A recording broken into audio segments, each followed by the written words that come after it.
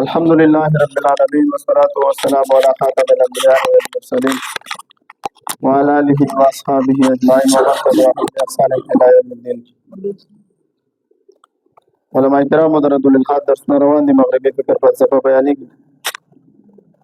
الحمدلله مبادئات ختم شوي دي او تقریبا 28 اعتراضات من حل کړي دي. نن به موږ دوه اعتراضات تاسو مخې ته وړاندې کوو. یو اعتراض دا دی چې دوی وایي ملحدین هر قسمه بس راشي او بس اعتراض به د اسلام باره کې دوی دا تاثر ورکوي چې اسلام د ظلم مذهب دی. څه دی وایي ور مکه کې چې مسلمانان په مکه کې نو خاموش او بس دعوت او تبلیغ یې کوو چې کله مدینې ته لاړو څه وکړو ظلم او ستم شروع کړه. او دویم سوال به موږ دا حل کوو. ملحدین دا سوال کوي چې الله تعالی ته د خپل علم حد معلوم دی او که نه دی معلوم. که چېرته الله تعالی ته د خپل حد معلوم شي دا محدود شو که نه او دا د الله د شان نه بعید دی او که نه دی. او که چېرې الله تعالی ته د خپل علم حد معلوم نه وي بیا هېڅ نه لازمېږي. نو انشاءالله د دې به موږ جواب کوو. نو اول راځو دې سوال ته چې دی وایي چېرې اسلام چې په مکه کې و نو داسې شو دا بیار او مددګار خو چې کله راله نو مدینې ته راله نو دوی ظلم شروع کړو. موږ به دا وایو چې د ملحدینو دا اعتراض دا د اسلام د تعلیماتو نه خلاف دی. د نبی علیه السلام د بعثت نه مخکې اول خو معاشره کې څه جهالت پروت و. د 360 خدایانې سره په بیت الله کې معاشره داسې اصول برابر نه وه. کله چې رسول الله صلی الله علیه وسلم د الله تعالی نبوت ورکړو نو د یو الله توحید بیانول شروع کړو. نو دا خبره چې کله رسول الله صلی الله علیه وسلم بیان کړله نو چې چا په ایمان راوړو نو هغوی سره بیا څه کېدو ظلم به کېدو جبر به کېدو. هغوی سره څومره مختلف قسمه عذابونه به دوی له ورکول چې حضرت خباب رضی الله تعالی عنه ملا څه عمر رضی الله تعالی عنه چې وکتله تپوس ته وکړو چې ملا کې سوري شوي وي داسې ملا خو ما ته چا هم ته کتلې وایي زه هغه بیا خپله کیسه کوي چې زه دغه د یوې ښځې غلام وم او هغې به زه په سکروټو رالاړه کړم د بلال رضی الله تعالی عنه ژبه ویې ټکوله په کاڼو دونه ظلمونه یې دوی سره کول. نو دا خبره د دوی غلطه ده. محدود په مسلمانانو باندې کېدو نفسیاتي اذیت به ورله ورکولو او اقتصادي بایکاټ یې ورسره کړی و. شاه ابن ابي طالب کې چې واقعه مشهوره ده که نه دغه شانته کې او قید کول به دا 15 قسمه سزاګانې به مسلمانانو ته ورکولې. کله چې بیا مدینې ته هجرت وشو نو دلته خو بیا یو ریاست قایم شو. څه شو یو ریاست قایم شو چې هغې کې سماجي مذهبي او ازادي په هغې کې حاصله وه. دغه شانته کې په ریاست کې عدل و انصاف پکې و معاشره کې انصاف موجود او انسان ته څه مذهبي ازادي پکې وه. څه تاسو کله لیدلی شئ چې رسول الله صلی الله علیه وسلم ویلي چې ورشي د یهودیان راولئ په زور مسلمانان کړي.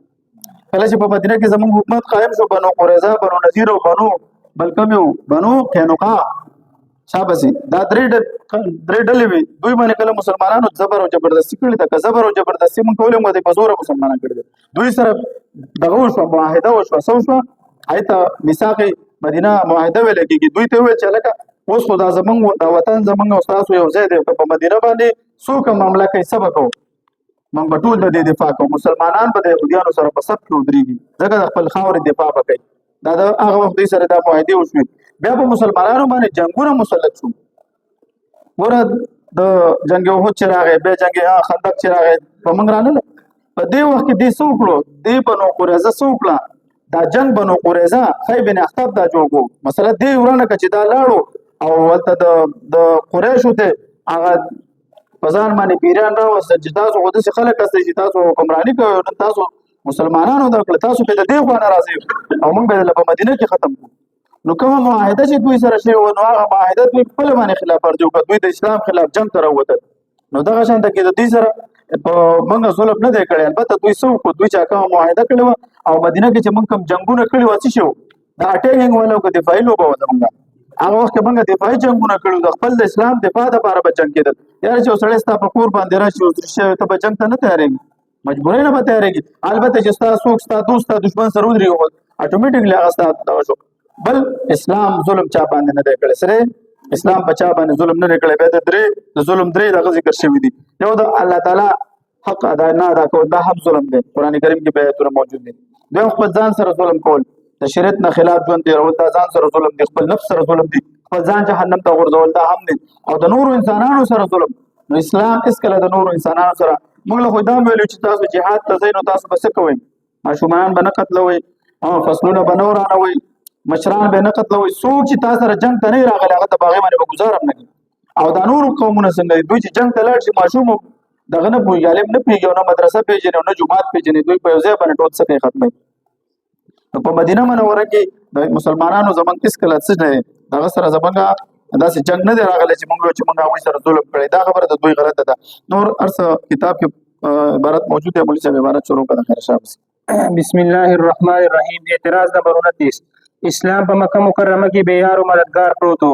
مولیدین وایي چې کله اسلام په مکه مکرمه کې او بے یار او بے مددگار پروت و، د اسلام طاقت نه و، نو په هغه وخت کې به خلکو ته د مساوات سبق ورکوو، د صبر تلقین به یې ورکول، د عدل او انصاف خبرې به یې کولې، د کنځلو جواب به یې په دعا سره ورکولو، د جبر او ظلم جواب به یې په صله رحمۍ سره ورکولو.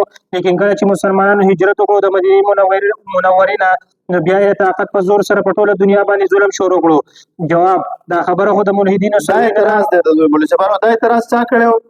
دا د ځای کشمیري کړی دی په دغه کې د ما مذهب ولې پرېوستو. الحمدلله ما په اسلام ولې نه پرېږدي کې ما ډېر تفصیلي جواب دی ورکړی دی. شاباس. دا خبره خو د ملحدینو صحیح نه ده چې په ټوله دنیا کې د زور په وجه اسلام خور شوی دی. اسلام زور په وجه نه دی خور شوی دی. یاد ساته اسلام د اخلاقو په ذریعه باندې خور شوی دی. ښه مولوي صاحبانو. او زور موږ کله استعمال کړی دی؟ کله چې یو سړی د اخلاقو نه غلطه پیدا لي، زموږ د ښه اخلاقو نه چې غلط پیدا لي، بیا ول موږ زور خو چې بیا دوی راځي سره د بیباونو سره د اټمي وسلو سره د چپن ملکونه مسلمانانو ځان سره کړو چې راغی ول مسلمانانو خپل زور خو د مسلمانانو ایمان پکې مسلمانانو او د خلکو سره ظلم شوی دی. د فتح مکه مکرمه انصارو جنډه د سعد بن عباده رضی الله عنه په لاس کې وه. نو دې په لاره کې د اشعار ویل چې نن د جنګ ورځ ده، اليوم یوم الملحمه، نن د جنګ ورځ ده. د صحابه کرام ډېر په جوش او خروج کې روان ول، شیم دوی سره ډېر ظلمونه شوي کنه، اقتصادي بایکاټ تا سره شوی، جسمانی تشدد شوی، او ول جبانو هر قسمه ته تکلیفونه رسولي، د کورونه ایستلیو. نو دوی ویل چې اليوم یوم الملحمه. رسول الله صلی الله علیه وسلم ته فرمایي چې اليوم یوم الرحمه، نن هو د رحمت ورځ ده، نن هو د جنګ ورځ ده. الله جنډه د سعد بن عباده رضی الله عنه واغستله او د زوی قیس رضی الله تعالی عنہ ورکړه. رسول الله صلی الله علیه وسلم څونه د حکمت خاوند چې د زوی له واپس نه هغه جنډه د زوی له لپاره ورکړه چې د زړم خپه نشي او د قوم تم څه دغه ونه رسیږي. ولې شبانو اول مثال که اسلام ظلم کولای نو د فتح موقع په موقع باندې نبی علیه السلام عام د معافی اعلان نه کولو، په هیڅ چا ظلم ونه کړو، او بیا چې څومره فتوحات شوي د جنګ او جهاد بعد قوم سره مخارات له کوم بچ د الله تعالی د احکاماتو انکار کولو. که موږ ظلم کولای نو اول ظلم د بدل دیږي کې اغستل پکارو چې کله ته ورشه فاتحانه انداز کې ورننه وځي چې د خپل وطن نه چړلو دی وخت ته سو کې پر ظالمان ټول څه کې قتل کی تر دې پورې چې هندا چې د حضرت حمزه رضی الله تعالی عنہ په سینه مبارک شلولې او زړه مبارک ته راځتلې وګونه پوه دي غوښتل د هغه د پاره ته سوچو کچې د هغه کور د امن ځای وګرځاو چا ویل چې چا د ابو سفیان کور ته لاړو هم نه ابو سفیان کور ته چې څوک نه وته په پامن ته سوچو دون رحمت چا کېستا دا مطلب دا دی چې تاسو به د اسلام په بیان باندې معلومه وي تا خپل بصیرت ما مطالعه کړو زته دا هوا نوٹ ته لیکما دا سیرت النبوی صلی الله علیه وسلم د ادریس کندلوی رحمت الله علیه دا هر یو داس سره مطالعه کوي د لپاره ريجستر راواله او د تاریخونه چې په دې تاریخ دا واقع شوی په دې تاریخ دا واقع شوی او د تداشي او د تداشي داس تاسو لپاره ګور ځان سره به داسې ساتي چې وخت ضرورت راغی چې د رسول الله صلی الله علیه وسلم په سیرت باندې ته بیان کې چې عقد مستند حواله درته دی د تاریخ نه خبرې چې په دې کال کې دا شوی د کال کې دا شوی د کال کې ځکه تاسو الحمدلله مستند خبرې کوي یو خدای نور مقررین دي چې بس روایت بیان خپل یو ترتیب دی بس خپل ترتیب روانه خو تاسو کار بسوي ته چې کوم خبرو کې به دا خبرې تسي زمواري به تعالی تاسو کې دي چې په زبانو دا خبره هم ده چې موږ مستند خبرې کوم زبانو مسلمان به چې کله کوم موږ چې جهاد کړی دی موږ به د اسلام دعوت ولې موږ دعوت کوو دا دعوتي دین دی چې یو عیسایت دی یو د موجوده دور کې دا دوه دینونه داسې دي چې دوی دعوت کوي هغه هم کوي موږ یې کوو زمونږ د دعوت انداز جدا دی موږ چې ورشو رسول الله صلی الله علیه وسلم موږ ته دعوت طریقه خو د چې تاسو چاله دعوت ورکوي تاسو بسو کوي ورته اول ورته د اسلام دعوت پیش کړي بیا ورته څه وایي شاباس بیا ورته وایي چې تاسو به جزیه راکوي چې بس تاسو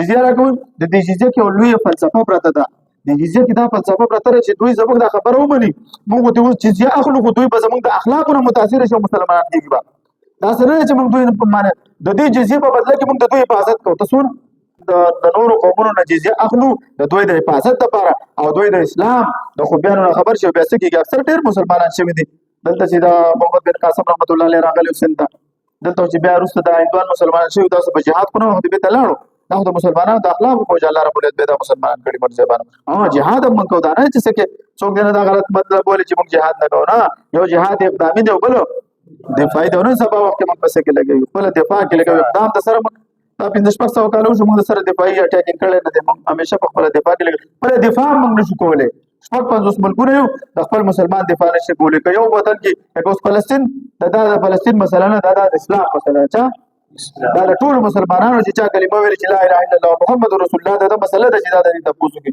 موږ د یو دونه موږ کمزوري شوی دوی وایي چې تاسو د جهاد په ذریعہ باندې دا ظلم کوي موږ ظلم چا باندې نه کوو منځبانو اول به هغه ته د اسلام د تاسو پرورړی اول به هغه ته د اسلام د پاک دین دعوت ورکول چې تاسو اسلام قبول کړئ تاسو به زموږ ورونه شئ او زموږ او تاسو درجه برابر وي هغه به انکار وکړي مسلمان به ویل موږ ته جزیه راکوي موږ به تاسو حفاظت کوو تاسو خپل دین قائم پاتې شئ نن سبا تاسو ټول دنیا نظام ته وګورئ هر ځای کې ټیکس ورکول لازم دي که ته مسلمان یې او که کافر یې خپل د ملک حکم به مني او ټیکس به ورکوي نو مسلمانان د کفارو نه جزیه د دې لپاره اثره چې مسلمانان د کفارو جان مال حفاظت کوي دا خو د انصاف خبره ده البته د جهاد ضرورت به وخت پیدا شو چې کله به کفارو د مسلمانانو د خبرې نه منلې او دا نن سبا چې څوک د امریکا او د یورپي ملکونو قوانین نه مني دوی پرې حملې کوي خو دوی د چا د ظلم نسبت ونه کړو او دوی د خپل حق ګڼي چې دا د خپل فیصلې په نورو قومونو باندې لازموي مولوي جبانو هر چا حق په دې کې څه مولوي جبانو کم دي ته لاړو خبره وای او شاب سر او حال دار چې